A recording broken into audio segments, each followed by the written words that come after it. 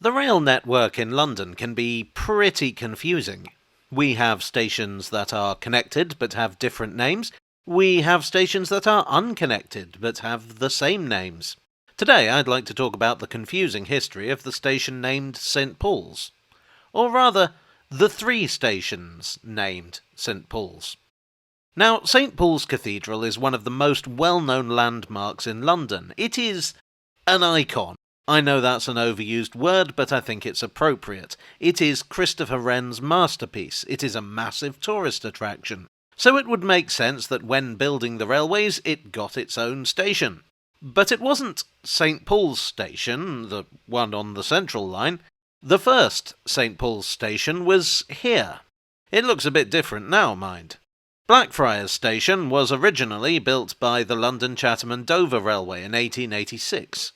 The London, Chatham and Dover were a bit of an odd company. They were founded as the East Kent Railway, largely because the South Eastern Railway service through Kent was really bad. I mean, that's initiative, isn't it? This train is late again!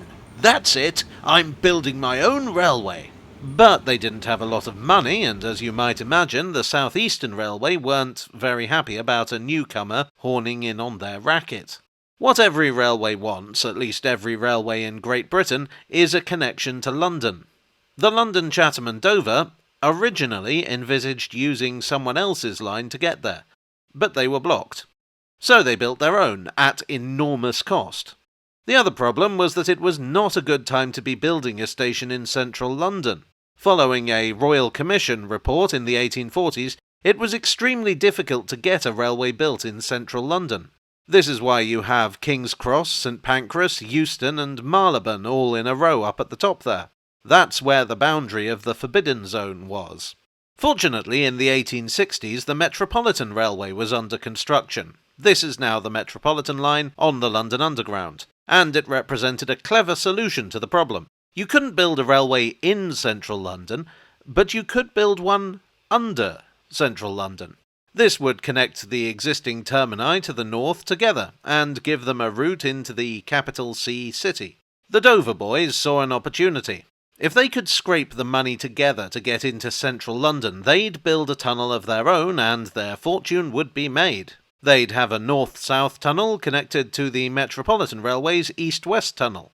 They could have a station in the city, and they'd have access to the markets, which would generate goods traffic. But getting the money together, that was the hard part. Rather than building their line all in one go, they sort of worked their way there gradually. First, they had a station called Blackfriars Bridge, opened in 1864, which was on the south bank of the Thames. Then they got over the river after a lot of wrangling with the Corporation of London and built another station in 1865. Not St. Paul's, but Ludgate Hill, which was here. In 1866 they completed Snow Hill Tunnel, which connected to the Metropolitan line. Ludgate Hill was too small, so they built Holborn Viaduct in 1874, which was here. And then in 1886 they built a second bridge over the Thames next to the original, and a terminus, and that is St. Paul's. With the opening of St. Paul's, Blackfriars Bridge Station was closed to passengers, though it did continue as a goods station. The great irony is that St. Paul's Station wasn't even the closest station to St. Paul's Cathedral. The cathedral sits at the top of Ludgate Hill, and Ludgate Hill Station was therefore closer. Oh, but it gets less logical still. In 1870, the District Railway opened their underground station here and named it Blackfriars. So, yes, that means that when the London, Chatham and Dover Railway got here, there was already a station called Blackfriars. And even though the London, Chatham and Dover would have interchange with this, they decided to go with St. Paul's. Victorian railway companies, man. So what about the St. Paul's station on the Central line?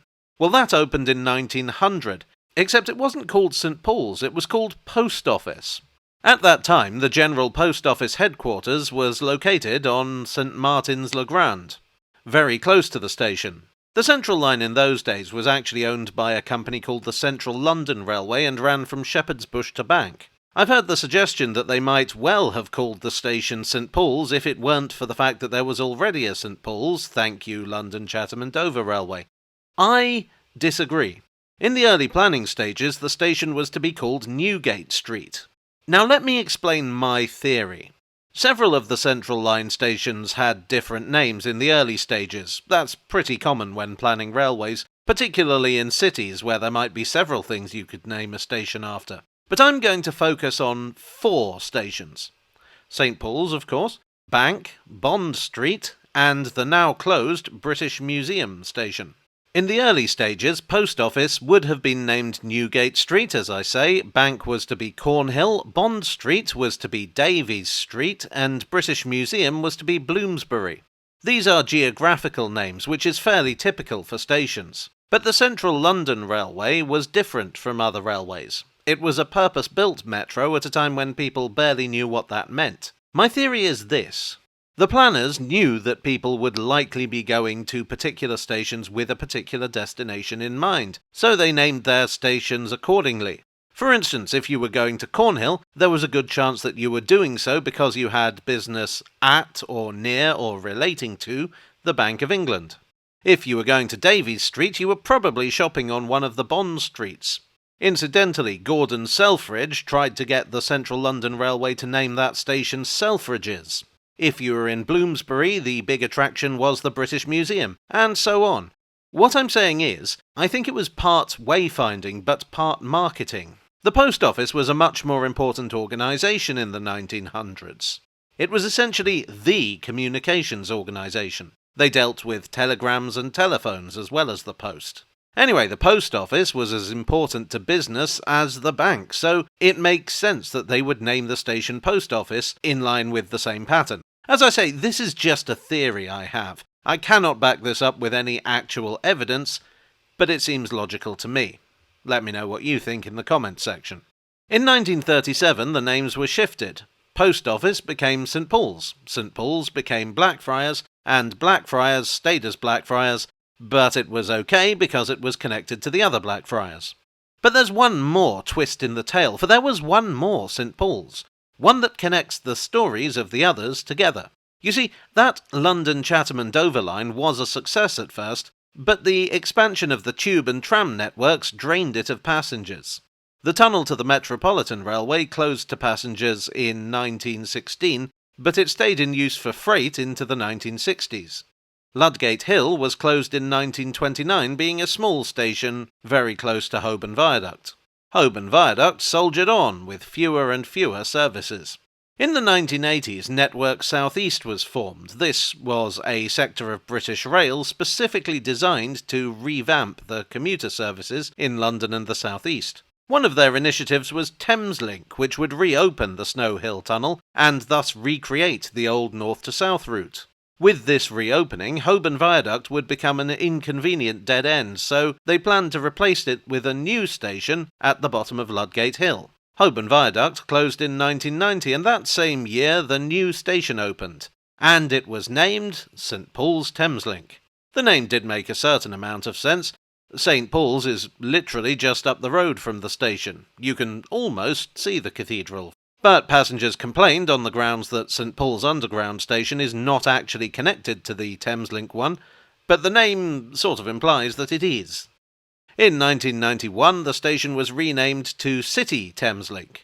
Ironically, a proposal was made in 2014 to build a pedestrian subway between the Tube and the Thameslink, but that doesn't look like it's happening anytime soon, if at all. I have heard people argue that City Thameslink is also not a great name, since the city is quite a large area, and there are 2 other Thameslink stations within the city bounds. Personally, I think Ludgate Hill would be a good name. I think I might have said that before. But whoever's in charge of these things clearly doesn't think there's enough of a problem to rename it. So what do I know? Well, I do hope you enjoyed this nominally indeterminate tale from the Tube. If so, please do leave a like if you liked it, and subscribe if you enjoy subscribing to things. I would like, as ever, to thank my donors on Ko-fi, on Patreon, and here on YouTube for your generous support. You are the connection to my tube station. And I will see you all again very soon. Cheerio.